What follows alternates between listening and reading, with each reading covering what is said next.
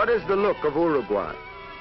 It meets the eye placidly, comfortably, as if it were made partly of Ohio, partly of our western cattle and sheep country.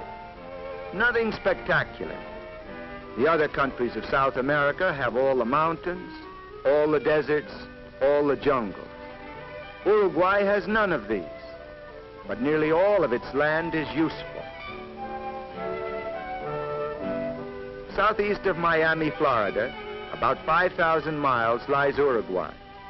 It is only 1/4 larger than Florida. It is the smallest of all the South American countries. It is wedged in between two big neighbors, Brazil to the north and Argentina to the south and west. The Uruguay River and the great arm of the sea called the Rio de la Plata separate Uruguay from Argentina. And on the shore of the Plata is Montevideo, Uruguay's capital. It is one of the world's great seaports.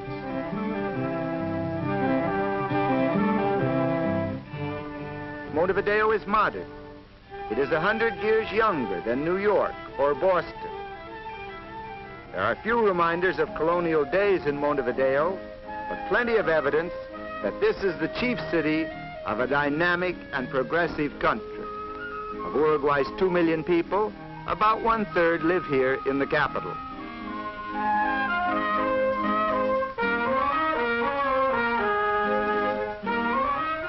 Montevideo is modern, but one old tradition thrives. Each year there is a gathering of La Criolla Society to pay tribute to that key man in Uruguay's past and present, the gaucho, the cowboy.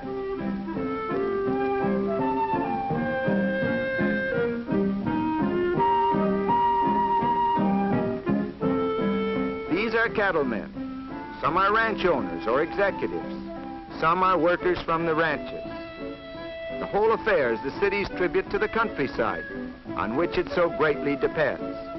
For in Uruguay, as truly as in Argentina, the gaucho is the symbol of an important part of the nation's life.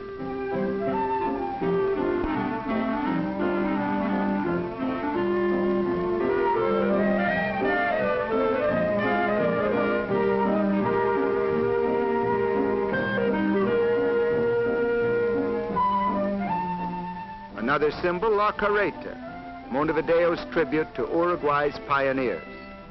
From Spain and Italy they came and drove their covered wagons into the back country along the Plata.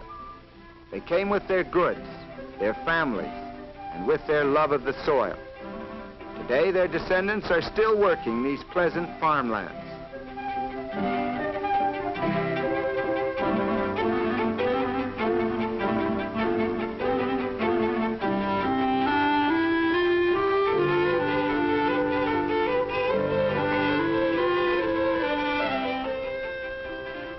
Introduction of modern methods has enabled Uruguay to increase its agricultural output.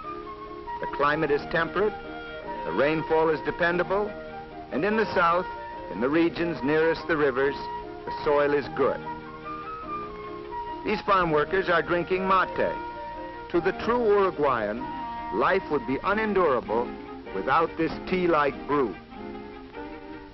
One of the surprising things about Uruguay, one of the unique things, is that the national minimum wage law and the 8-hour day apply to farm workers. Agriculture claims only a small share, not more than 10% of the country's usable land. But Uruguay feeds itself and even exports a part of its crops. The rivers give Uruguay an easy way of starting farm products, barley, oats, corn, wheat, linseed, toward foreign markets. But the total is small compared to the export of wool, meats, and hide. From 80 to 90% of all Uruguay's land is given over to raising cattle and sheep. So we must think of the gaucho, the ranch hand, as Uruguay's #1 worker.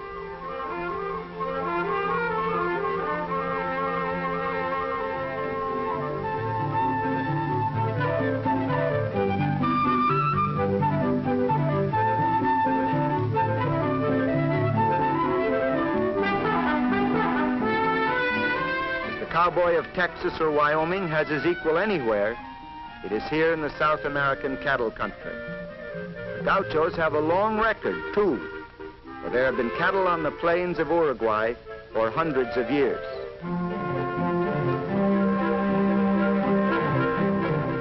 There are 9 times as many sheep in Uruguay as there are people. In proportion to population, Uruguay has about 18 times as many sheep as the United States. Uruguay looks to her millions of sheep primarily for wool, the country's leading single export.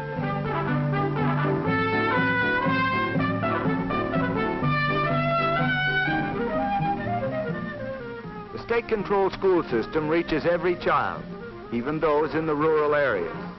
Education is free, and it is also compulsory. The government furnishes free textbooks. Later on, these youngsters can go on to secondary school, college, and university, all free, for Uruguay pays the cost of training its lawyers and doctors, its engineers and architects. There is less illiteracy in Uruguay than in any other country south of the United States.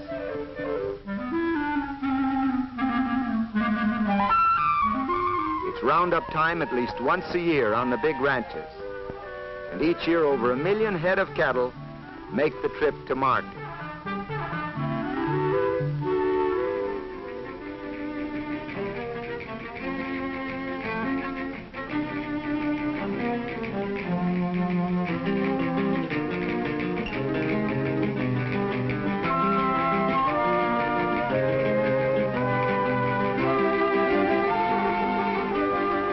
On the outskirts of Montevideo is the largest cattle market in the world. Unlike our stockyards, there are no fenced-in enclosures.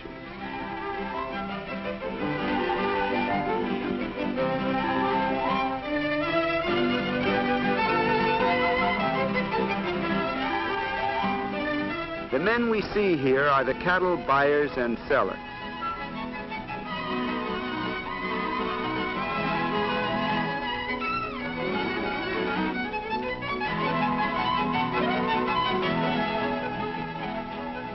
The leaner animals go to the saladero, where their meat is salted.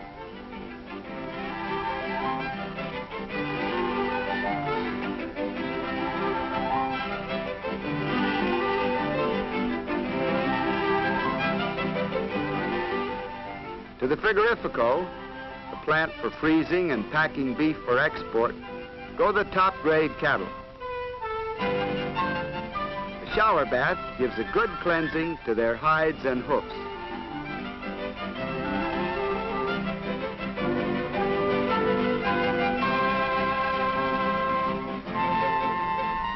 So here in full swing is Uruguay's other major industry. All of this beef is for export. The best customers are the British. Today, much of the beef, before it's frozen, is boned. This saves a lot of cargo space. The bones and other waste products will be ground up and exported as chicken feed and fertilizer.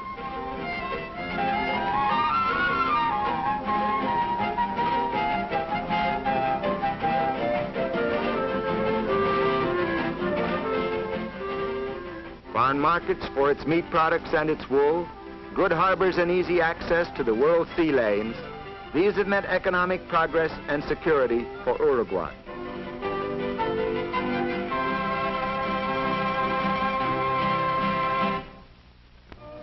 Uruguay's beaches are among the finest in South America. By national law, every Uruguayan is entitled to 2 weeks vacation each year with pay. And a lot of these vacations are spent on the shore. Besides, thousands come here every summer from Argentina.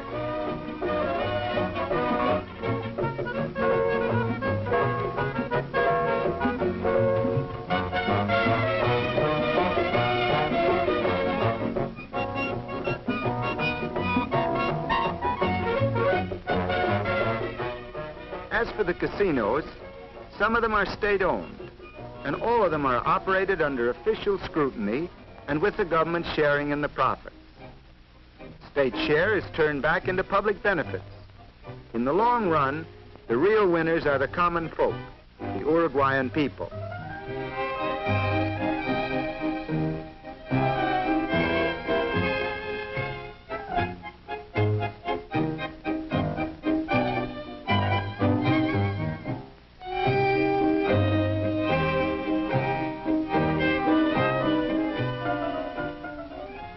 Montevideo, everybody seems to buy tickets for the public lottery.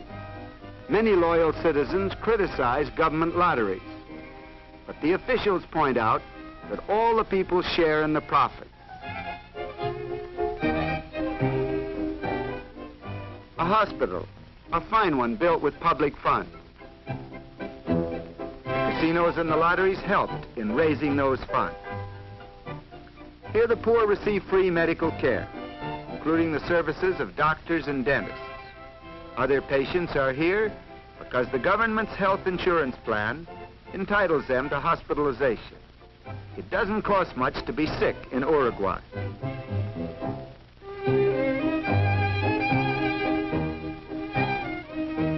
The state-owned banks control all banking throughout the country.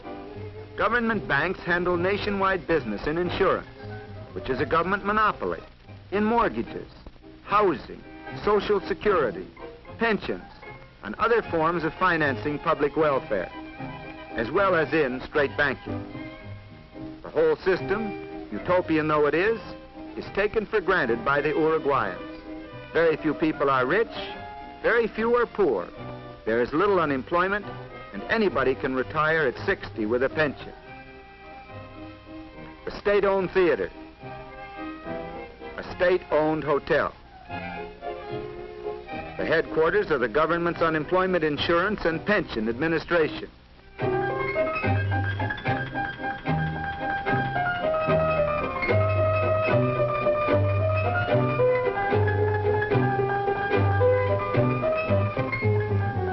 The government owns grain elevators, just as it owns factories for processing cement, alcohol, and petroleum. A citizen is free to go into business. The government will help him. And in many cases, the government will compete with him too.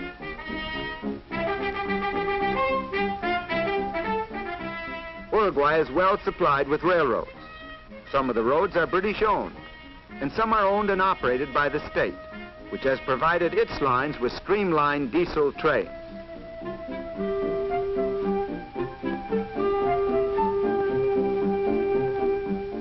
These odd-looking tanks on automobiles are charcoal burners. Uruguay is without oil except by importation. So there's much use of charcoal burned in these tanks to form gas as a substitute for gasoline.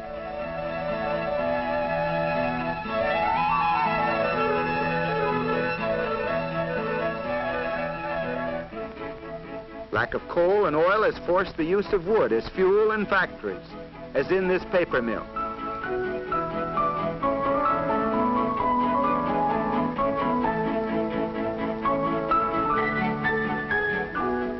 But the straw isn't to be used as fuel. That's going into paper.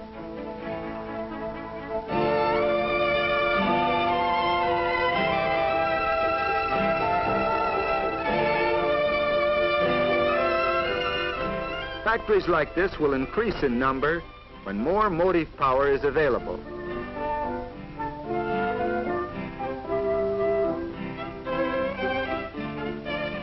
To that problem, the new hydroelectric dam on the Rio Negro is a large part of the answer. The new dam, financed by the government, was started by German engineers using German equipment. But specialists from the United States are helping Uruguayans finish the job. Even with increased electrical power, Uruguay is not likely to become a manufacturing country on a large scale. It lacks raw materials, especially minerals. Stadium in Montevideo is a particularly good one. The brand of soccer played in the stadium is particularly good too. The Uruguayans just naturally take to this game. In 1924 at Paris, and again in 1928 at Amsterdam, they won the Olympic soccer championship. The stadium seats 80,000. That leaves only about 2 million Uruguayans outside, doing something else. Umpires are the same the world over, always wrong. Notice that this one is given police protection.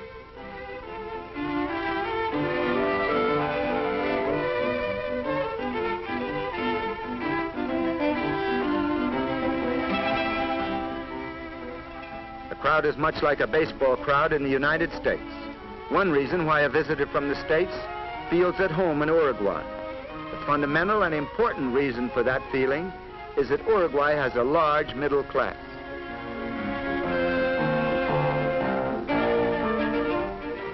The Senate building, where there has been plenty of proof that Uruguay is a real democracy.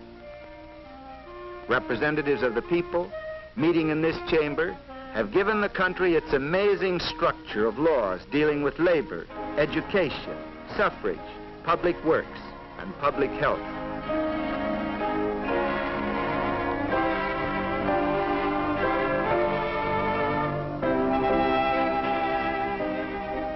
Note that some of the senators are women.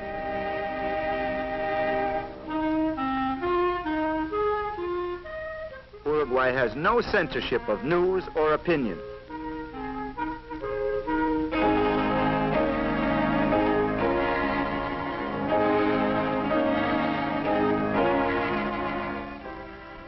There is complete freedom of speech, a right which is often strenuously exercised here in the Senate.